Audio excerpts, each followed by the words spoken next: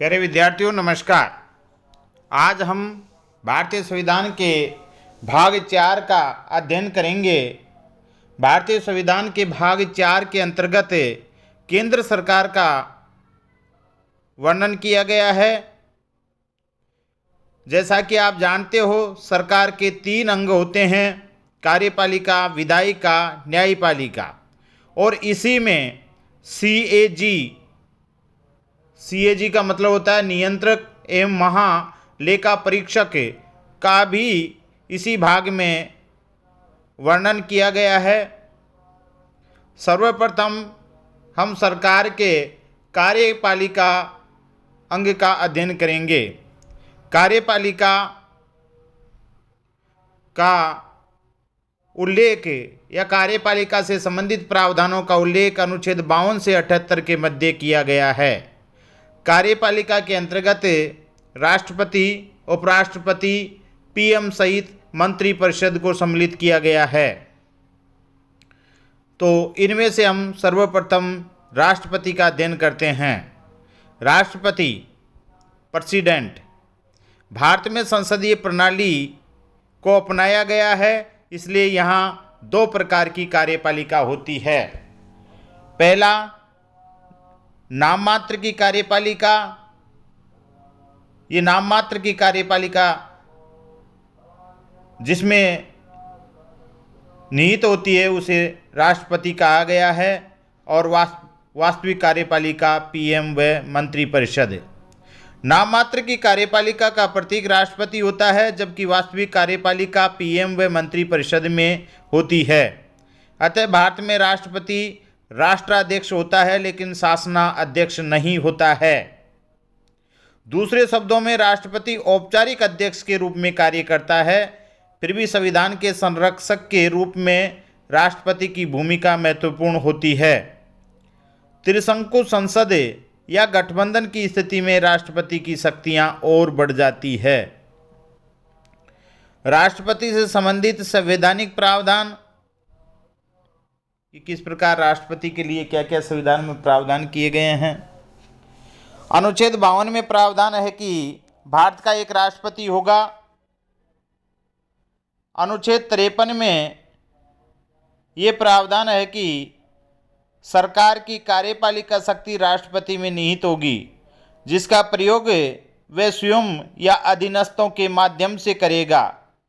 चूँकि भारत में संसदीय शासन प्रणाली है, इसलिए राष्ट्रपति अधिकांशतः मंत्रिपरिषद की सलाह से ही कार्य करता है। मैंने कहा अधिकांशतः, हमेशा नहीं करता है, लेकिन ज़्यादातर जो कार्य है वो मंत्रिपरिषद की सलाह पर ही करता है। कुछ स्थानों पर वह कार्यपालिका शक्ति का प्रयोग स्वविवेक से भी कर सकता है। अनुच्छेद 74 में प्रावधान है कि राष्ट्रपति अपनी शक्ति का प्रयोग मंत्रिपरिषद के अनुसार करेगा, लेकिन वह मंत्रिपरिषद के निर्णय को पुनर्विचार के लिए लौटा सकता है।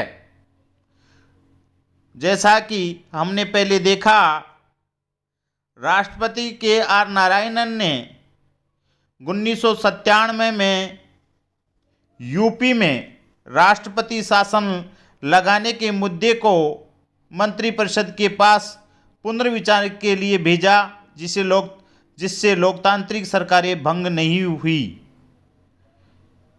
जो 1997 में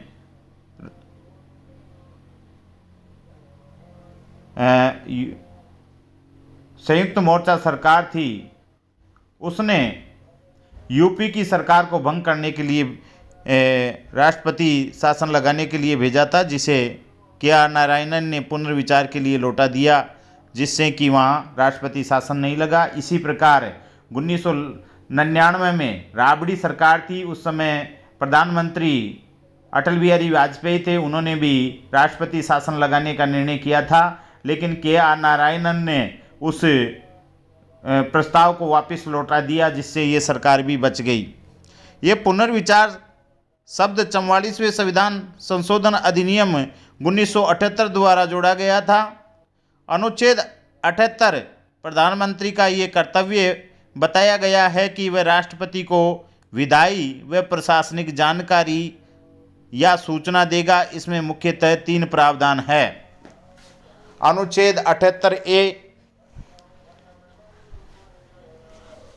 राष्ट्रपति के मांगने पर प्रधानमंत्री सूचना देगा।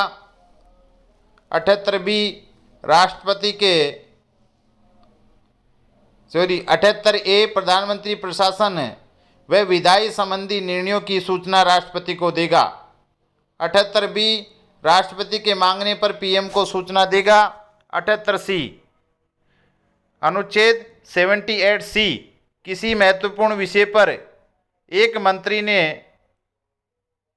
निर्णय लिया है तो राष्ट्रपति उसे मंत्री परिषद के समक्ष रखने के लिए कहेगा तो प्रधानमंत्री ऐसा करेगा।